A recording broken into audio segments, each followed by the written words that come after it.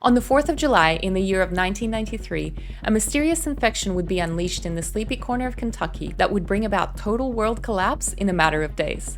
This is the story of Project Zomboid. Hello everyone, my name is Malvesa, and today I'm digging deep into Project Zomboid lore to figure out exactly what happened. What is the Knox infection, who's responsible, and most importantly, is it really the end? Now, to answer these questions, we need to examine the series of events leading up to and from the initial infection. 2 weeks before infection, residents of Kentucky start reporting an awful smell. 1 week before infection, people start experiencing phone outages all across the state. Day 1, the day of infection. Twiggy, the owner of Twiggy's bar in West Point, notices strange military activity the night before the incident. He reports helicopters flying low over the town in the direction of Muldrow. Rumors start spreading about the illness in the area, and some decide to head out of town. A man named Bobby is driving along the freeway when he sees the military arrive with helicopters, trucks, and guns. By the end of the day, the military starts establishing a perimeter south of Louisville, which would be completed by the following morning. Day 2. News outlets start reporting on the sudden situation in Kentucky, with influenza symptoms appearing in Muldrow and West Point. A handful of reports say the infected people exhibit confusion, strange behaviors, and immobility. 2 reporters from Kentucky Radio, Jackie J and Frank Hemingway, set up a camp just inside the perimeter.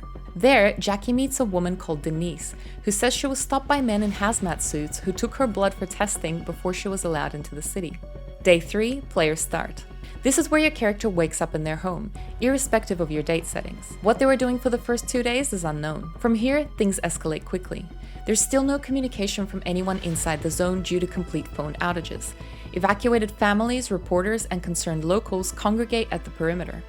Meanwhile, people call into radio stations with anger and conspiracy theories. At 11 a.m., we hear a statement from General John McGrew, the man leading the military operation. He says there is a flu-like outbreak which leads to panic and confusion, but assures the public that there's no evidence of fatalities. Day 4, second day for the player. The military continue to contain the area, but now no one is allowed through the checkpoints. More people arrive at the border, relatives of those inside. People are angry and want answers. Rumors spread across the news channels, rumors of violence inside the exclusion zone. In an attempt to calm the public, the military sends Professor John Ramirez, a military scientist, to speak with the reporters. He confirms that samples have been taken, and he says the spread of the infection has slowed. However, he doesn't comment on the reports of violence inside the zone.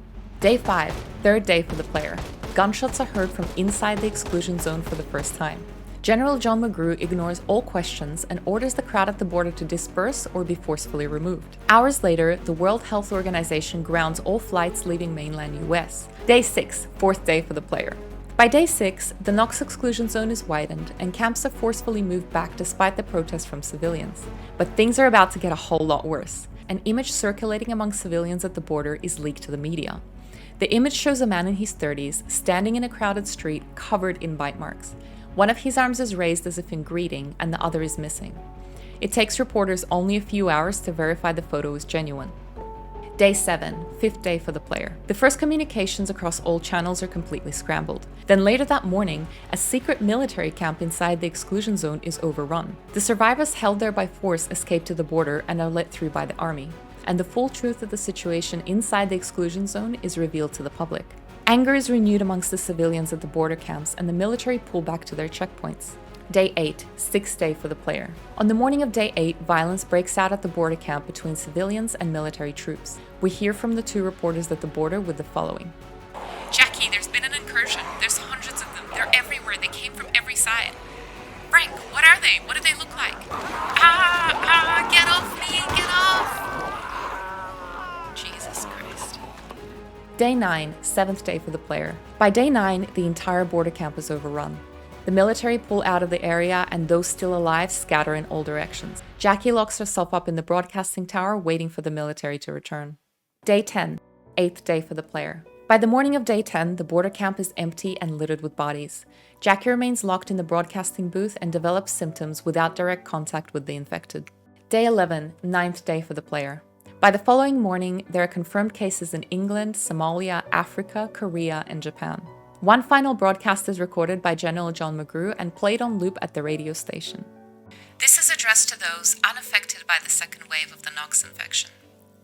You might know who you are by now, but if you don't, you will in the coming days.